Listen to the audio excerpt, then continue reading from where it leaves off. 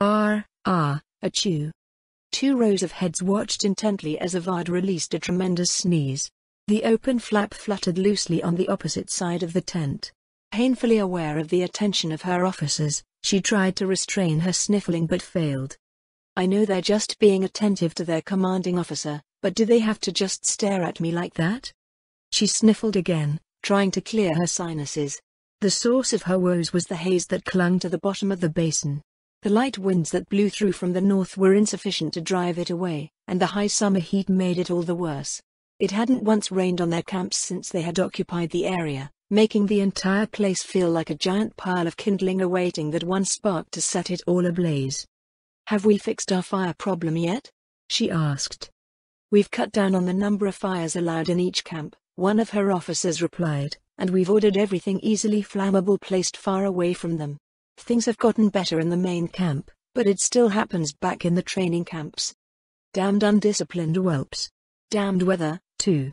She couldn't make any sense out of it, neither could the mystics. It did rain in the basin, but only in the eastern third where heavy clouds rolled down the barrier range. The rest was infernally hot and dry, and foraging parties were turning up with less and less. The fires that she supposed would have to inevitably spring up in these conditions destroyed food and other supplies, halting their once smooth advance. It was as if someone had tied a gigantic rope around their collective necks and gave it a good yank. Did they carry out my instructions to set up separate supply relays with reliable soldiers running them? Your orders went out right after you issued them, General. It'll still take a couple of days for logistics to catch up. Avad tapped a finger against her hip. There was no point in shouting and screaming. She was confident that her trained soldiers were performing as expected. It would take them as long as it took. The unasked-for delay still tested her patience, however. The southern arm of their advance was supposed to be subjugating the eastern portion of the basin while the northern arm came around and started investigating routes north. The local tribes that fled ahead of the Goblin army's advance refused to go south or north, so a great number of them now had their backs against a proverbial wall. It would be a good training experience for her troops. Anything new from the northern group? A runner came in yesterday, reporting that Zral's scouts located a toehold on the other side of the northern passes, another officer replied. They're moving to secure the pass and set up camp on the other side. The main branch of the northern group has been reporting steady progress, but I suspect the next set of runners coming in will report the same problems we're having here now. Avad grimaced at her oversight. It seemed sensible enough, before they realized the condition that the basin was in. Already trained soldiers would lead the way, while newly inducted recruits would be sent to training camps in the rear. What resulted was chaos. The supplies being delivered over the pass to the west were being destroyed by the undisciplined, careless, and inattentive. The resulting delays would affect their efforts in the north and south. What about the humans these local tribes are so damn scared of? Avad turned her mind away from their troubles. We've been creeping pretty close to the edges of the basin here. Nothing, an officer said.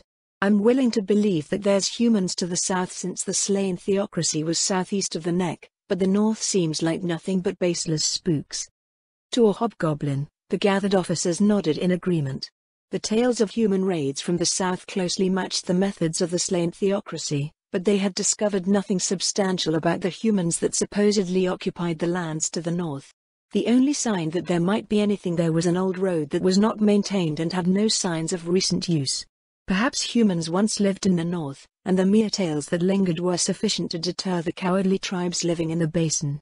Maybe we should shift our main camp north, Avad said. I'd rather not wake up one day to the sight of angels ransacking my tent. Should be easy enough once our supplies are flowing again.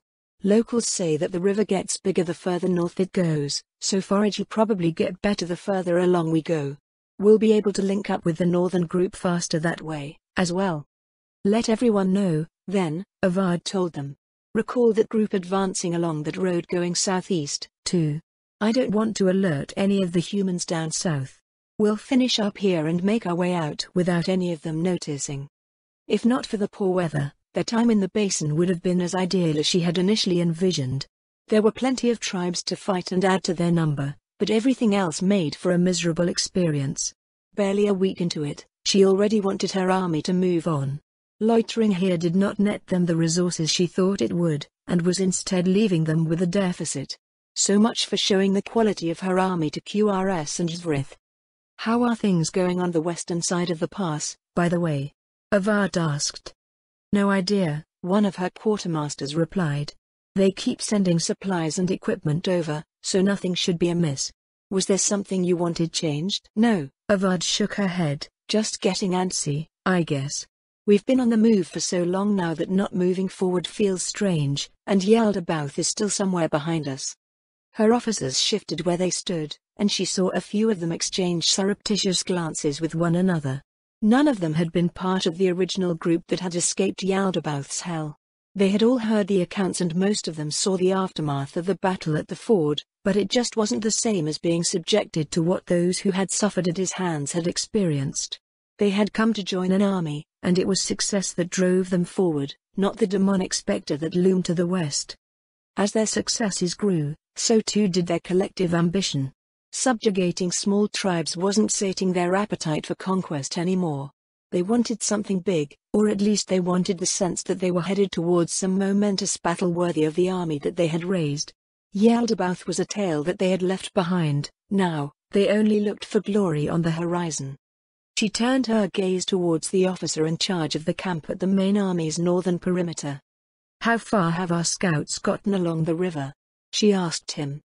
"The ones that have returned so far have followed the old road as far as the second bend north," the officer replied, "where another river joins it. The ones that were sent further out haven't returned yet, but it's slow going. 1 in 3 goblins probably get eaten by some wild animal or monster along the way. I can get something more substantial together if you'd like." "I've got a better idea, actually," Avad said. "Since the next step is north through those passes and into whatever is waiting for us there, we should send word to Zvrith. The gnolls will be able to get everything we need done faster and better. Save for the forces that we need to finish up things in the east, we should move on and get to better lands." Though she had to force herself to settle down to do so, sleep came quickly for Ludmilla. With the ring of sustenance, she always felt like she could go on forever, like some sort of undead being, or perhaps more like some construct, since Lady Shiltir had recently explained that undead could indeed become mentally weary. Wakefulness brought with it change, a new set of undead to train, a pile of reports and administrative matters to sift through, and a map that had changed far more than she had expected it to. "Wiluvian," Ludmilla stretched the last of her sleep away. "How long have I been asleep?" "About 8 hours, my lady." Wiluvian glanced over to the vampire bride that was standing at the table with her, who nodded.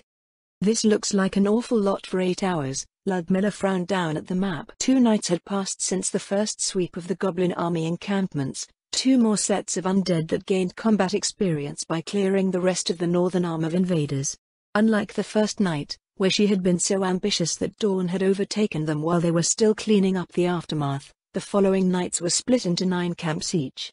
With 3 broad strokes, the entire northern advance of the goblin army had been eliminated, and there was no indication that the rest had noticed yet, until now.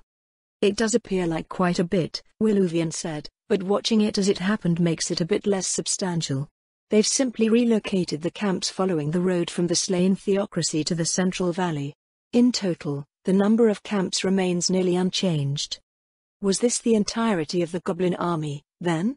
Not that it wasn't a large number, but she had already cleared a third of their number in the last 3 days. "Is there still movement through the western pass?" she asked. "Yes, my lady," Wiluvian nodded. "These demi-humans continue to replenish their supplies, so there must be something on the other side that can keep this up."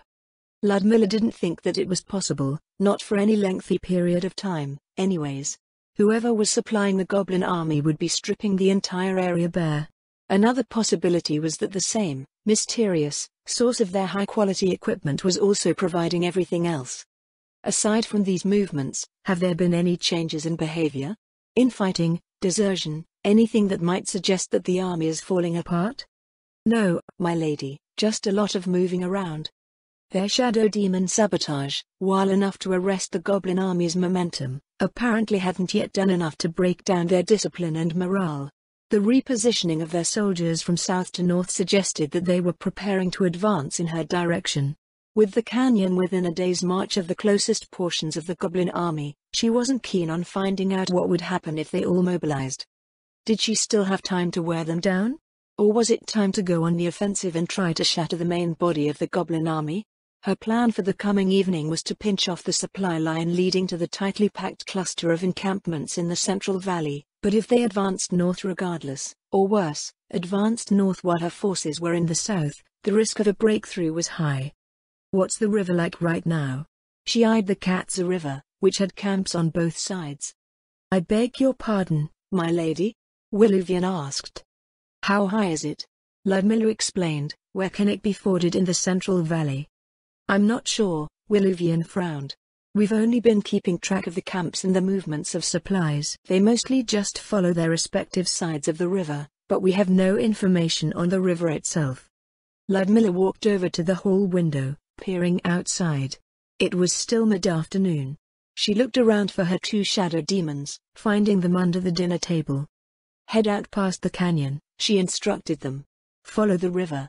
Look for all the places that enemy soldiers might be able to cross up through the main body of this army. Report back to Wiluvian with what you find. The shadow demons flickered away, and Wiluvian lowered her head when Ludmilla turned her attention back to the map. Apologies, my lady, she said.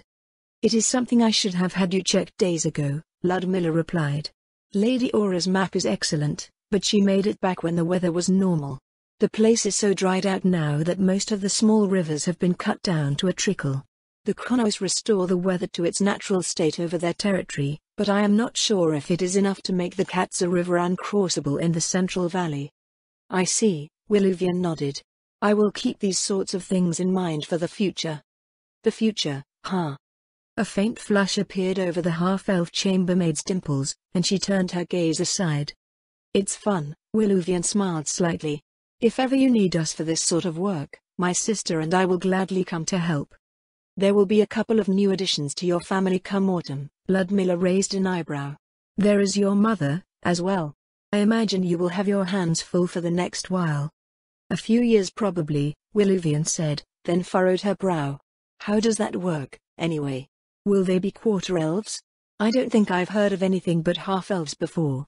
You have probably picked the worst possible person to ask, Ludmilla smirked. I seem to be good at fighting, ordering others around and scaring people witless, but that appears to be the limit of my talents. Anyways, I need to get this work out of the way before tonight. Let me know if anything happens out there. This is a bit different. As Ludmilla examined the newly exchanged forces, she soon noticed that each Elder Lich commander oversaw a full standard formation. The Death Warriors were not excluded this time. Did Lord Cocytus include some sort of note with your contingent? She asked the Elder Liches. Lord Cocytus has noted that developments in the upper reaches have afforded an opportunity for Death Warriors to perform roles that are suited to them. She nodded slightly at the response.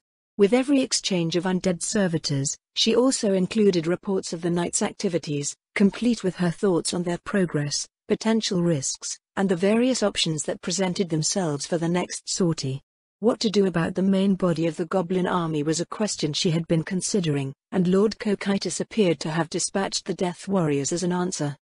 Death Warriors were something of the opposite of Death Knights, specializing in offense while sacrificing defense. They were swift and powerful but lacked the durability of Death Knights in their suite of skills and abilities. If one were to consider a tactical analogue in the Goblin army, they were akin to the bugbears that were used as shock troops. Frankly speaking, Ludmilla had no experience commanding anything like them. The fighters in the Adventurer Guild tended to focus heavily on defense in order to anchor their respective teams, so the closest in terms of position might be a melee striker like a rogue or a monk. She also wasn't commanding an adventurer party, she was commanding a contingent of the Sorceress Kingdom's army, and there were many more factors to consider. Head up to the Eastern Pass with your troops, she told the Elder Liches. Help the others up there with sorting out and stripping down the corpses for delivery. Keep your mana topped off, though, we'll be headed down later this afternoon. They nodded and led their formations southwest. With the many nightly battles came a veritable mountain of corpses and equipment. The Elder Liches, both their own and those who arrived for training, worked non-stop during the times that they weren't fighting. The tens of thousands of bodies were moved via gate on a daily basis to be stored in Lord Cocytus' frozen realm, while piles of weapons, armor and supplies were building up on the flats with her timber and stone. Repurposing everything was work for a small army of craftsmen, but she didn't have that yet.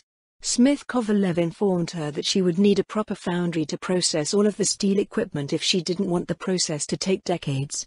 Fortunately, it wasn't perishable, and she had no need to deliver it anywhere. All she needed was time. Finishing the last of her tasks in the village, she made her way up to the pass. Dozens of undead moved back and forth, delivering corpses to inspection points, then taking inspected corpses to their respective outbound piles. Undead beasts took their wagons up the slope to be laden with equipment, then back down to the flats. A clear trail had already been worn along their path. Ludmilla found Nonna at her inspection point, and she peeked into the box reserved for magic items. There weren't many. As with Nonna's theory about how the Goblin Army's equipment was distributed, magical items were much the same. Weak camps had poor yields, while the few elite camps turned out sets of accessories that one might find on a gold or platinum ranked adventurer. She caught herself trying to calculate the value of the container's contents. The spoils of war were indeed quite a distraction. How did commanders of living armies deal with soldiers who were driven by their individual desires? Ludmilla imagined that if she had been leading an army of humans, there would be more than a few that would be looting equipment and accessories for themselves without reporting their findings. Did their officers just end up treating it as a perk? She had read that mercenary companies basically operated in that fashion. It wasn't something that she wanted professional soldiers operating under her command to expect, however. Anything out of the ordinary? She looked up from the box. In my mind, Nonna replied, nearly everything identified in the past day has been out of the ordinary. Why would anyone expend the effort to craft some of these items? It is like using a dried-out leaf to shield yourself from a fireball. If not for the value in collecting data for our statistics, I would consider the mana expended to identify these items a waste. It is better than nothing, Ludmilla offered. Besides, an enchanter might be able to derive something useful out of studying so many magic items, new techniques and ideas, or something. Nonna sniffed dismissively. As with most things that did not come from the Sorceress Kingdom's mysterious place of origin, Nonna treated everything they found here with about the same enthusiasm as one might bestow upon a 3-day-old pile of manure that she came across on a rural road. The other elder liches were even worse, and attitudes carried about any one particular thing would persist until proven otherwise. Ludmilla continued on her way, climbing up onto an outcropping that offered a commanding view of the central valley. The space cleared out for the Goblin Army encampments was plain to see, creating a field that brought to mind the tales of epic battles spun for the excitement of audiences both noble and common alike. She sat down, dangling her legs over the cliff face as she considered her options over a piece of jerky. The central valley was a mostly flat area where the Katsa River was joined by the various smaller rivers flowing down from the surrounding mountains. The Goblin Army straddled both sides of the river, clearing away the dense brush and forest growth to form an ugly scar that ran down a good portion of the valley's length. It wasn't the first time such a thing had happened. There had been several attempts by humans to settle the area, pushing back the demi-human tribes that occupied the basin. This never lasted longer than a decade, however, as the tribes recovered in the rugged areas surrounding it and pushed the human settlers right back out. Eventually, it earned a reputation as an indefensible position, and all thought of settling the place was abandoned. Lady Shiltier had put forward the notion that Ludmilla should stake her claim for the Sorceress Kingdom, but, for now, it had become a stage for conflict. To Ludmilla, the idea of just attacking the Goblin Army out in the open felt decidedly strange. She was raised to command the limited defenses of Warden's Vale, using tactics and strategies that made the most out of their meager numbers. Even her personal fighting style was conservative in nature. Fighting large, set-piece battles felt ludicrously wasteful and imprecise. If it were humans, at any rate. She now had tens of thousands of zombies at her disposal and Death Knights who could constantly replenish lost squire zombies as they worked their way through the demi-human ranks. The only thing she had witnessed that was able to slow them down were the elite formations of the first battle, where she had purposely sent single Death Knights to test their strength. A single Death Warrior could probably obliterate the same sort of formation in seconds. What remained was her initial problem. She had no fear that she would lose the battle, but not losing in battle didn't mean that she couldn't fail in some other way. Her conditions remained the same. She had to destroy her enemy without any of them getting away and potentially causing problems down the line. Unfortunately, The encampments in the Central Valley covered an area of over 500 square kilometers, and there was no way she was surrounding the entire thing without millions of zombies that she did not have. Thus, her original plan was to simply allow starvation and infighting to take care of most of them over several weeks, then sweep up the remainder. After an hour reviewing the last few days, she settled on her plan of battle and returned to convene with her commanders on the northern slope of the eastern pass. "Nonna," she said, "the encampments that have been cleared in the last few days are still intact, yes?" "There have been no orders to dismantle them," Nonna replied. "They have only been stripped of supplies and equipment." "Then we're beginning our preparations," Ludmilla said. "First of all, mobilize half of the zombies in the passes, and have them gather at the confluence below this pass." "Half of the zombies is 10,000, Nonna noted. "It will also take a day for the ones from the western passes to arrive." "Then move all of the zombies from the 2 eastern passes," Ludmilla replied. "Split the number from the western passes to cover for them." "Very well," the Elder Lich said. "Will there be anything else?" "Yes," Ludmilla nodded. "Send our squire zombies down to collect the wood stakes from all the barricades in the camps nearby. They can bring them to where the zombies are being gathered." Nonna gave her a long look. "Your orders deviate significantly from the actions of the past few nights," she said. "There was also nothing of this discussed in the plans for the main army camp." "If our opponent changes their behavior," Ludmilla said, "then we must adjust ours as well. Their shift into a posture that clearly indicates they plan on moving north necessitates a change in our own plans." "Then what is your new plan?" Nonna asked. "There is little to doubt when it comes to the power of our forces compared to theirs, but you have always made it a point to contain and eliminate all interlopers. Surely you don't expect to fence them in with wooden stakes?" "Those are for something else," Ludmilla smiled. "Their movements are forcing my own, and I have no expectation of being able to contain them with so little time to prepare." "Yet you have thinned the number of zombies that you are using to block the passes. Are you certain that you will be able to manage the chaos that ensues?" "The management on our part will be minimal," Ludmilla replied. "I am counting on the hobgoblins to do the managing for us." "Counting on an enemy to do what you want them to do for you." Nonna's words took on a dubious note. "This is decidedly not your usual approach. Have you given in to wishful thinking? Or perhaps you have succumbed to the effects of this aging that mortals are inflicted with?" Ludmilla rolled her eyes. The strategy for the coming battle had come to her after once again considering that it might be something similar to the ones that bards would commonly relate to the masses. Like those tales, tailored to be full of the things that people anticipated, she realized that all she needed to do was have the goblin army fall prey to their own expectations. Rather than that, Ludmilla told her, they won't realize what's going on until it's too late.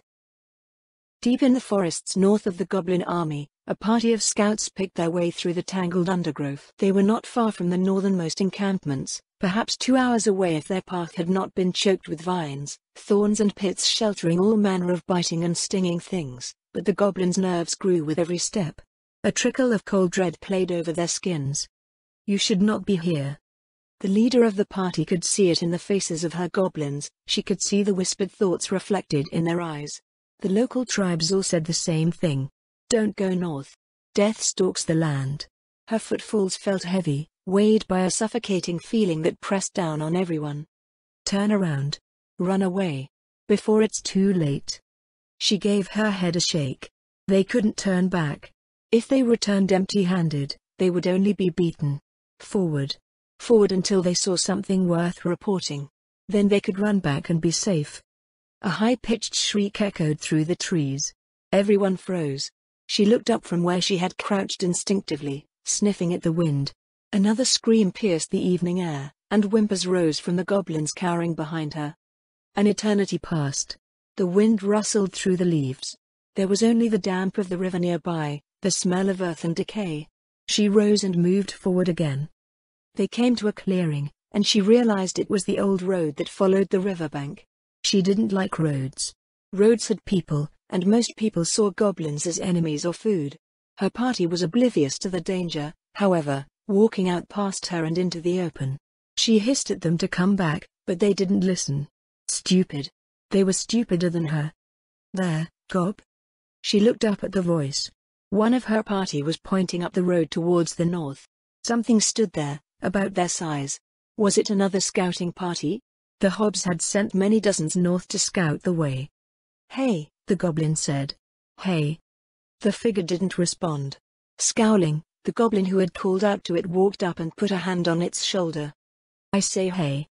"Ooh." The figure turned around, and the goblin let out a panicked shout just before arms reached out to grab him. They fell into a heap onto the dirt path. Her other goblins ran forward, voices raised angrily. If it was a goblin, it was a bad goblin. They reached to pull the two apart, then jumped back as one. Spears stabbed. Stabbed and poked and stabbed. When the stabbing stopped, she walked up to see what sort of bad goblin it was. It was a very bad goblin. A deaded goblin that undeaded. The goblin that it had jumped on was deaded too, blood spilling from his torn throat. Her ears pricked up. The sound of shuffling feet. The moans of undeaded goblins. Not far away, more dead goblins slowly came towards them. Zom. Zom. Zom. The other goblins panicked, dancing backwards while shouting. She wanted them to shut up, but it was too late. More and more were now coming down towards them. Zom. One of the goblins raised her bow, planting an arrow in the closest zombie's chest.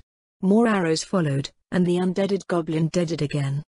The goblins howled in victory, but then one of the howls turned into a shriek. They fell silent, staring up at one of their companions, somehow hovering in midair. Her body shriveled, turning withered and grey. It was as if the dire mosquito that had plagued her dreams of late had finally gotten her. Her corpse dropped to the ground with a thump. Another goblin appeared, floating over their heads. A winged goblin? No. It had no wings. They could see right through it. It didn't look very happy to see them. The floating goblin swooped down and picked up someone else. He shriveled up too. The goblin leader turned to run, and she heard the patter of footsteps as her two remaining party members followed in her wake. One set stopped. Another screamed that shriveled up like the others. Run. Run, run, run, run, run, run, run. The locals were right. The place was cursed, and death stalked the land. They should have never come. General. Avad leaned away from the bellowing officer. Did they ever look to see where she was before doing that? "I'm right here, damn it." She snarled. "What the hell is going on?" "We're under attack. Northern camps are falling back." "Falling back?" She turned her gaze north, but the moonlit fields offered little in the way of an explanation. The sounds of her soldiers rousing for battle nearby could be heard.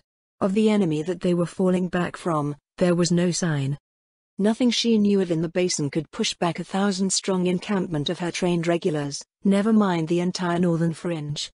Had the surviving tribes of the basin banded together for a final, desperate counteroffensive? "Which side of the river is this happening on?" she asked. "I only know about my camp on this side of the river," the officer answered. "Then what are we being attacked by, exactly?" The officer hesitated, licking his lips nervously. "The curse," he said in a low voice. "I'm going to hit you." Avad's voice was flat. "That's the actual report." The officer protested. "A bunch of the scouts we sent downriver came back, all spouting the same gibberish. That they had gone too far north. They had roused the curse, and that it was coming for them." The curse. She did her best to quash the rumors of the local tribes, but rumors had the effect of getting stronger the more the higher-ups tried to suppress them.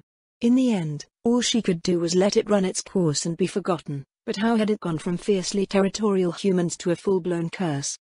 "Have we seen any real sign of this curse?" Her voice grated with barely restrained patience. We killed the scouts just in case they did bring some weird thing back with them. About an hour later, though, people started dying anyway." "How?" "Started in the tents," he swallowed. "Screams, every few minutes. We'd go to see what the noise was, but it'd be too late by the time we found 'em. Some looked like they'd been shriveled up in their cots, others were torn into a bloody mess.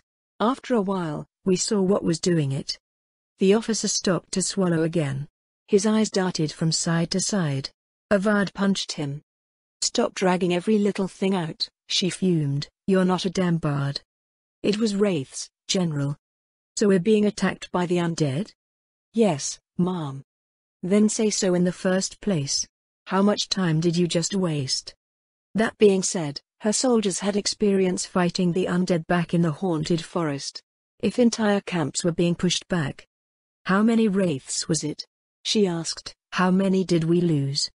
Hard to keep track since they kept popping in and out, the officer answered.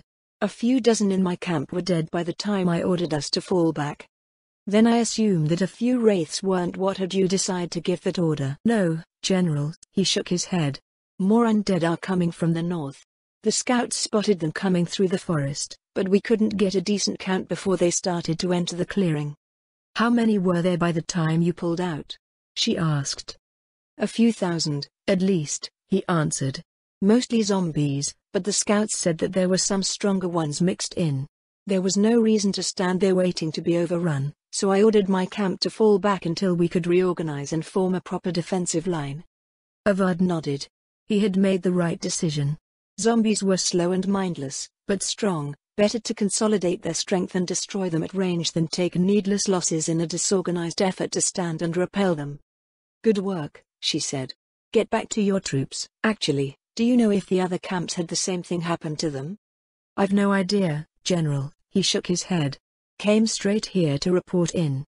Avad waved him away, collecting her thoughts. After 3 more reports from different camps, she had a general idea of what was going on her side of the river. The current ran strong and deep, so messengers from the other side had to travel south to cross, but the forces there could be seen falling back along the opposite shore as well. At last count, there were nearly 5,000 zombies. Zombies were easily dealt with, but the problem was that masses of lesser undead gave rise to greater undead. The wraiths were an example of that, as were the stronger zombies that had been identified. What they really needed to be wary of were powerful undead who could indeed cause trouble for a single encampment, such as elder liches. With this many zombies, she wouldn't be surprised if a few showed up. She frowned at the thought of the undead mages. Zril and his troops had taken one down in the haunted forest, but it was bottled up into its lair and depleted of mana before being destroyed. They would be more annoying for her forces to deal with out in the open. Her goblin skirmishers were too weak to stand up to them, so they had to rely on massed volleys of blunted stone arrows to chip them down. Zrith and her people were the ideal counter, but they weren't expected to arrive for another day. They would just have to deal with it when the time came. She sent runners out to the encampments, ordering them to mobilize and form on her position. 3 hours later, her main army, a force 20,000 strong, was lined up in their neat formations on the field. Wolf riders had delivered messages back and forth between the opposite shores by then. It appeared that undead had appeared on the eastern side as well, though in lesser numbers. She instructed the commander there to organize a defense with his 10,000 and clean them up before moving his troops to join the main body of the army. A command platform was raised, overlooking the silvered landscape.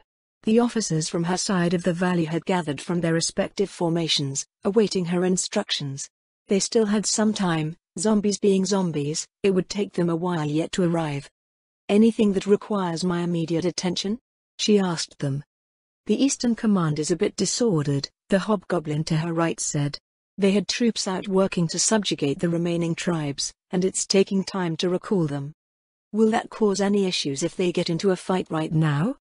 It shouldn't, he shook his head. There's only 2,000 or 3,000 undead on that side. The way things are, it might take them a bit longer to get rid of them all, but they still shouldn't take long once things get started.